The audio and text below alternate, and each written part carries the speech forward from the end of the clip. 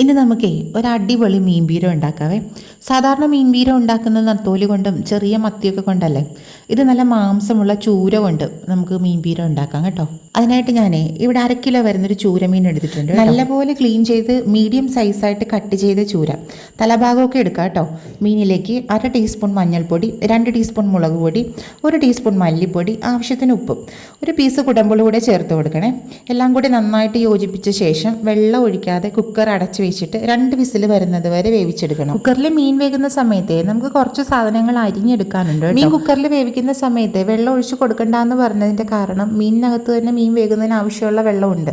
അധികമായി നമ്മൾ വെള്ളം ഒഴിച്ച് കൊടുത്തിട്ടുണ്ട്. പിന്നെ അത് വറ്റിച്ചെടുക്കാൻ വേണ്ടിയിട്ട് സമയം 2 വിസിലിന് ശേഷമേ ആവിയെല്ലാം പോയിട്ട് നമ്മൾ കുക്കർ തുറന്ന് നോക്കുമ്പോഴത്തേക്ക് മീനിനകത്ത് ഇത്രയും വെള്ളം ഇറങ്ങിയിട്ടുണ്ടാവും. കുക്കറിനകത്തുനിന്ന് മീനിൻ്റെ പീസെല്ലാം നമുക്ക് മറ്റൊരു പാത്രത്തിലോട്ട് മാറ്റി വെക്കാം. മീനിൻ്റെ വെള്ളം നമ്മൾ കളയേണ്ടത് ആവശ്യമുണ്ട്. നമുക്ക് ചെറിയ ഉള്ളി അല്ല ചുമന്നുള്ളി എന്ന് പറയുന്നത്, സവോളയല്ല കേട്ടോ, ചെറിയ ഉള്ളി അല്ല ചുമന്നുള്ളി നമുക്ക് അരിഞ്ഞെടുക്കാം. ഒരു 100 ഗ്രാമെങ്കിലും വേണം. പിന്നെ വേണ്ടതേ ഒരു 2-3 അല്ലി വെളുത്തുള്ളി അരിഞ്ഞതും, ഒരു ചെറിയ പീസ് ഇഞ്ചി അരിഞ്ഞതും, ഒരു 3 പച്ചമുളക് അരിഞ്ഞതും കൂടെ വേണം കേട്ടോ. മീൻ കഷ്ണങ്ങളെല്ലാം തണുത്ത് കഴിയുമ്പോഴത്തേക്ക് നമുക്ക് ഇതുപോലെ മീനിന്റെ മുള്ളിൽ നിന്ന് അടർത്തിയെടുക്കണം മാംസങ്ങളെല്ലാം. മീൻ മുള്ളിൽ നിന്നും മാംസമില്ല ഇങ്ങനെ അടർത്തിയെടുക്കുമ്പോൾ കുറച്ച് വലുതായിട്ടോ അല്ലെങ്കിൽ പൊടിപൊടിയായിട്ടോ ഒക്കെ നമുക്ക് അടർത്തിയെടുക്കാം കേട്ടോ. ഞാൻ കുറച്ച് വലിയ പീസുകളായിട്ടാണ് കേട്ടോ മീൻ മുള്ളിൽ നിന്ന് മാംസം എല്ലാം അടർത്തിയെടുക്കുന്നത്. ഇനി നമുക്ക് അരിഞ്ഞു വെച്ചിരിക്കുന്ന ഇഞ്ചി, വെളുത്തുള്ളി, പച്ചമുളക്, ചെറിയ ഉള്ളി ഇതെല്ലാം കൂടെ നന്നായിട്ട് വഴറ്റിയെടുക്കണം. ആവശ്യത്തിന് ഉപ്പൂടെ ചേർത്തോളൂ. ഈ സമയത്ത് ഹൈ ഫ്ലെയിമിൽ തന്നെ നമുക്കിത് ചെയ്തെടുക്കാം. എന്നാലും നമ്മുടെ ഒരു നിയന്ത്രണത്തിലായിരിക്കണം അടുപ്പിലെ തീയും. ഒരു കാര്യം പറയാനായിട്ട് വിട്ടുപോയേ, ഇഞ്ചി, പച്ചമുളക്, വെളുത്തുള്ളി ഇതൊക്കെ നമ്മൾ വഴറ്റിയെടുക്കാൻ വേണ്ടി 2 ടേബിൾ സ്പൂൺ വെളിച്ചെണ്ണയാണ് കേട്ടോ ഒഴിച്ചു കൊടുത്തിരിക്കുന്നത്. ഉള്ളി ഒരുപാട് അങ്ങ് വാടി വരണ്ട് ഡ്രൈ ഫ്രൈ ആവേണ്ട. ഒരു ചെറിയ ബ്രൗൺ കളറൊക്കെ ആകുമ്പോൾ മീൻ പീരയല്ലേ, അപ്പം നമുക്ക് തേങ്ങാപ്പീരയുടെ ആവശ്യമുണ്ട്. ഒരു 3 ടേബിൾ സ്പൂൺ തേങ്ങാപ്പീരൂടെ ചേർത്ത് കൊടുത്ത് നന്നായിട്ട് വഴറ്റിയെടുക്കണേ. കൂട്ടത്തിൽ നമുക്ക് വേണ്ടതേ നല്ല ചതച്ച മുളക് കൂടെ ചേർത്ത് കൊടുക്കണം.